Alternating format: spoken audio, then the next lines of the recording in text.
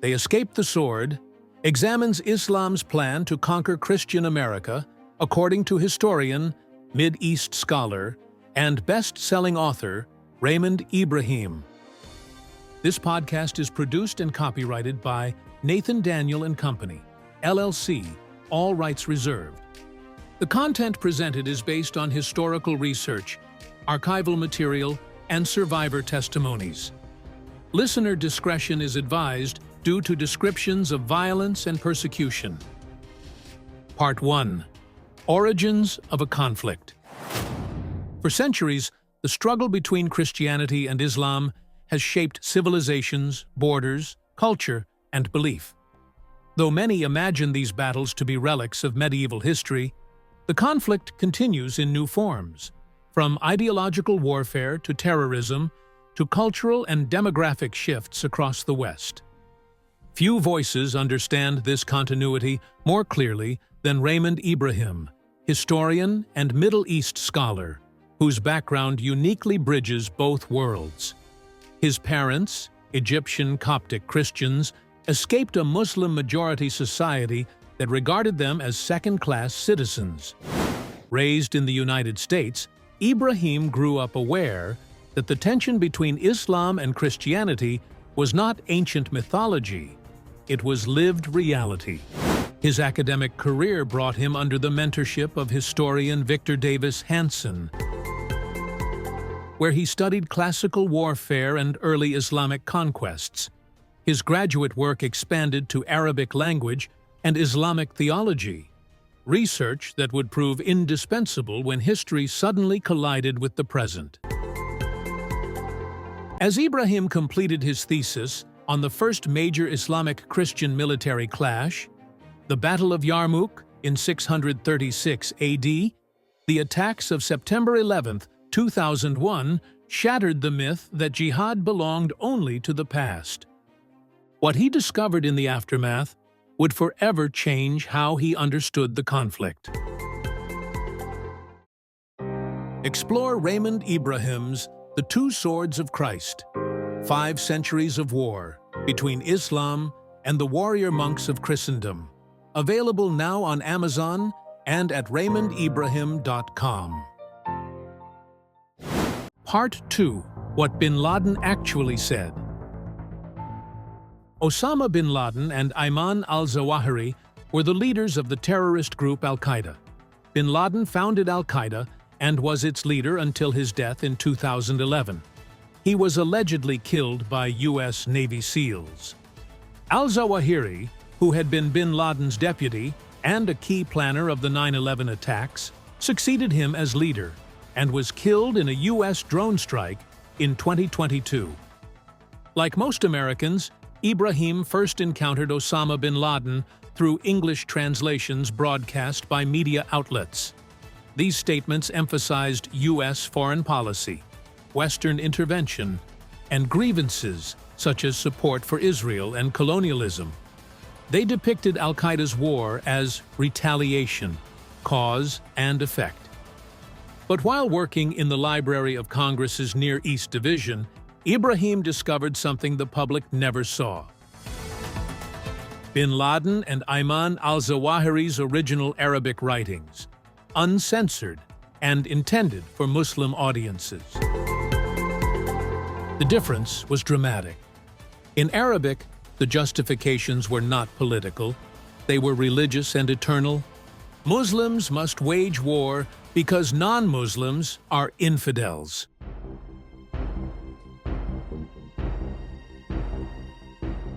The conflict is not based on what the West does, but on the obligation of the followers of Islam to hate unbelievers. This religious order to hate all non-Muslims is derived directly from Islamic scriptures. These writings quoted medieval Islamic jurists and early caliphs word for word. Their war, as they described it, was simply a continuation of Muhammad's original jihad, not a reaction to modern geopolitics. This finding led Ibrahim to publish the Al-Qaeda Reader, which juxtaposes what Al-Qaeda leaders told Westerners with what they told fellow Muslims. One message was propaganda. The other was Islamic doctrine. Even Al-Qaeda's own internal texts acknowledge this duplicity, a strategy designed to exploit Western guilt, self-criticism, and ignorance of Islamic theology. By contrast, ISIS rejected propaganda entirely, openly declaring, "We fight you because you are unbelievers, not because of what you have done." Their brutality was the same, but their honesty was different. Explore Raymond Ibrahim's The Two Swords of Christ. 5 Centuries of War Between Islam and the Warrior Monks of Christendom. Available now on Amazon and at RaymondIbrahim.com. Part 3. The Core Doctrines of Islam. Ibrahim identifies 3 foundational Islamic doctrines that historically govern Muslim attitudes toward non-Muslims. 1. Al-Wala wal-Bara, loyalty to Muslims, hostility to non-Muslims. This creed demands unconditional solidarity with fellow Muslims and permanent enmity toward unbelievers. Friendliness, tolerance, or equality toward non-Muslims is considered betrayal. Second jihad, often translated as struggle, jihad has historically meant armed conquest, justified by divine command. Islamic jurisprudence, not modern extremists, defined jihad as military expansion until Islam dominates the world. Though some apologists frame jihad as merely an inner spiritual struggle, classical Islamic law overwhelmingly describes it as warfare, enslavement, plunder, and subjugation of non-Muslims, a fact reflected in over a millennium of Islamic expansion. Third dhimma status. Those who survive jihad without converting are tolerated under Islamic rule only if they submit to severe legal, financial, and social restrictions, special taxes, jizya, prohibition on bearing arms, inferior legal status, forbidden to build new churches or display crosses, required to express humiliation and obedience. This system still affects millions of Christians and other minorities in Muslim-majority countries today.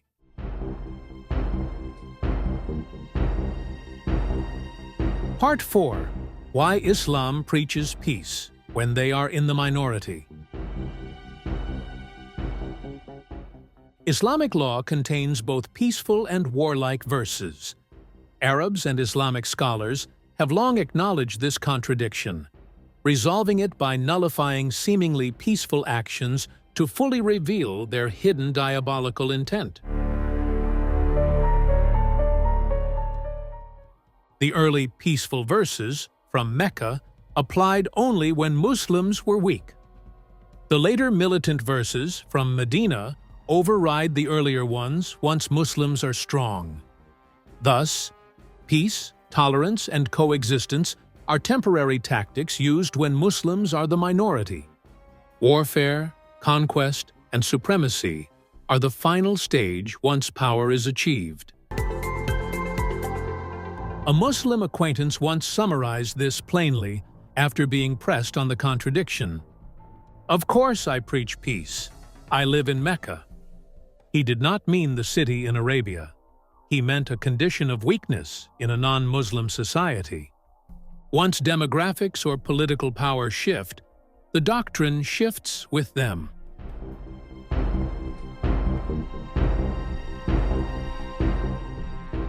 In summary, when radicalized Muslims are outnumbered by a majority of non-Muslims in a host country, they will act in a non-threatening manner, knowing that their time to be aggressive against Christians, Jews, and other non-believers is not then, when their population and political power are weak. They believe their opportunity for warfare, conquest, dominance, and justified killings of non-believers will come when they have increased their influence and numbers. Islamists are compelled to have 4 to 8 children per family to grow their foreign population to oppose the native people. During this decades-long process, they will seek to hold local political office, secure influential government jobs, aim for elected positions in Congress and other American institutions. Once they occupy influential positions within local and national governments, the final stage in their plan of conquest begins. They plan to implement Sharia law, force conversions to Islam, impose second-class citizenry upon the surviving population, and barbarically execute non-believers who oppose them.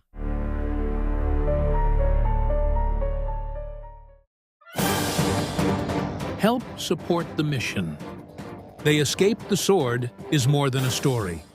It's a movement to keep truth alive through film, books, and podcasts. Every contribution helps build independent, fact-based, faith-based, fight-back media that restores courage and integrity to storytelling. You can help by visiting our online store, theyescaped.com. Check out our merchandise and sportswear. Donate if you're able. And buy a package, ebook, podcast, or video, starting at only $29.99. Consider becoming a member of our Founders Circle at theyescaped.com. Part 5. Why Westerners Don't Understand Islam. Many Westerners assume that because they value tolerance, multiculturalism, and individual rights, members of other religions feel the same way. But Islam is not structured like Christianity. It is not focused on personal salvation or inner transformation, but on law, governance, power, fear, and brutal punishment. Islam is not merely a religion. It is a political and legal system. It prescribes rules governing taxation, marriage, warfare, punishments, speech, land ownership, dress, hierarchy, governance. Everything a person can do is classified into 5 legal categories: obligatory, recommended, neutral, discouraged, or forbidden. This makes Islam not simply a belief system, but a tyrannical civilizational blueprint.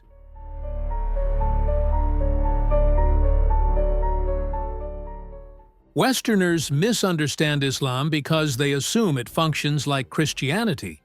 But a Christian who rejects Christ's teachings is still socially acceptable. A Muslim who rejects Islamic law is seen as an apostate. And historically, Islamic apostasy has been punishable by death. You're listening to They Escaped the Sword, the true story of the 1895 Hamidian massacres, when hundreds of thousands of Christian Armenians, Assyrians, and Greeks were murdered by radical Islamists of the Ottoman Empire. The series explores the cultural food, religion, history, survivor testimonies, and musical traditions of the Carpetsis who escaped the sword to come to America, where they could freely practice their faith. Get a free ebook and podcast by visiting theyescaped.com. Get the action-adventure ebook, podcast, and video at theyescaped.com, starting at only $19.99. They Escaped the Sword was produced by Nathan Daniel and Company, making entertainment entertaining again. Fact-based, faith-based, fight-back media.